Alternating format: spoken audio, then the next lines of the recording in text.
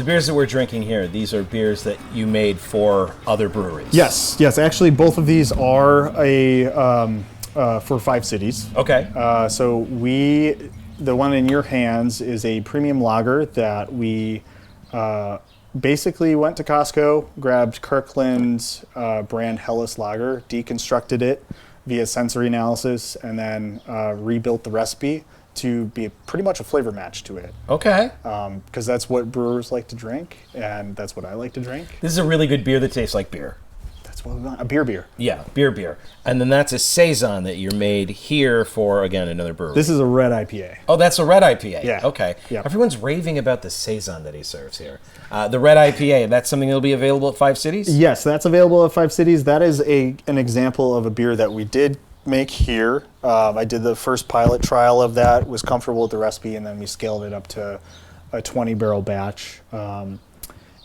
The intention was to flavor match to Celebration by Sierra Nevada, my personal favorite beer. I never thought I would say I have a favorite beer, but it's that beer. You have a favorite beer? I have a favorite beer. Wow. Yeah. Can I ask about, you have the consulting, and then you have another phase of the brewing industry that you're involved with. Yeah. And that's a computer program? I know, right? I have so many questions that I'm not smart enough to figure out how to ask. No. You made a computer program for breweries? Yes. Okay. Yeah. What is that? I am not an engineer. No. My business partner is the engineer, Adam Slaker. We both went to Augustana. He was a geology major. And then he got into coding. And he's been kind of nudging me for the last several years to be like, hey, let me make something for you. And then I had the opportunity to stay at home, and we just started meeting every week for 1 hour a week.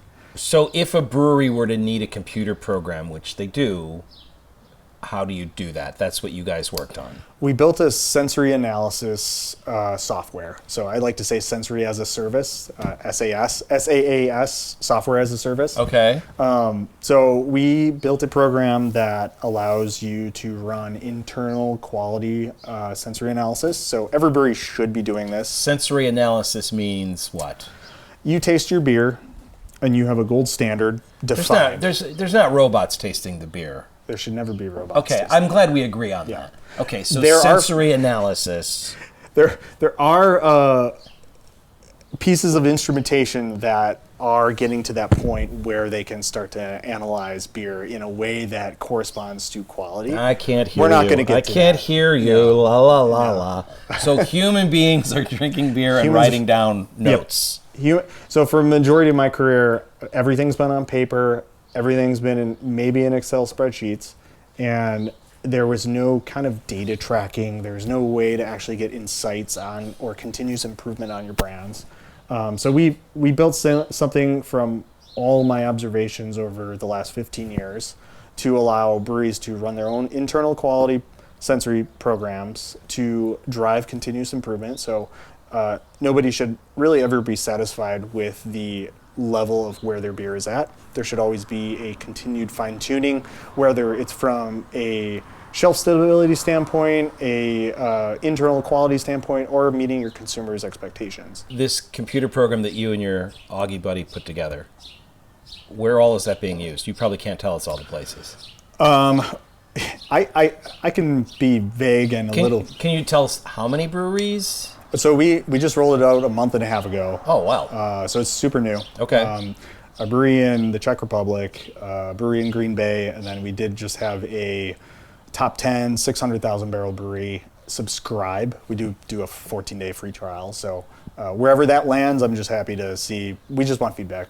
I always learn a ton when I'm with you, and it's because you're a guy that will not stop learning. So I got to say how much I admire that, and admire all the work that you've done. And what's crazy is we're here at the very beginning of this as you continue to become a bigger and bigger deal in the brewing community. And the fact that you're here, home, helping out all of all the breweries here in the Quad Cities that want your help is you're doing a real service. Yeah. I mean, we have a great community of brewers here. I do believe that the Quad Cities can be one of the best places for beer. Why do you think that? Why do you think the Quad Cities in particular? I mean, you've been to Chicago, you've been to Madison, you've been to Michigan.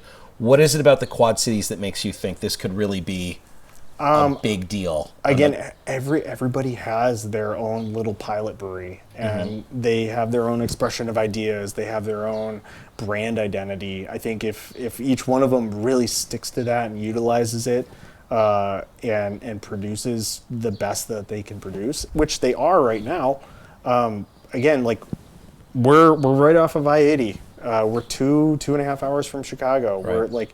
We're in the perfect area right along the river to do something like that. And I think it's kind of a pay it forward kind of thing, whether it's through sensory analysis or why I'm here. But again, I all for the efforts of quality beer. He makes good beer in his garage, and he's making beer better around the Quad Cities and across the globe.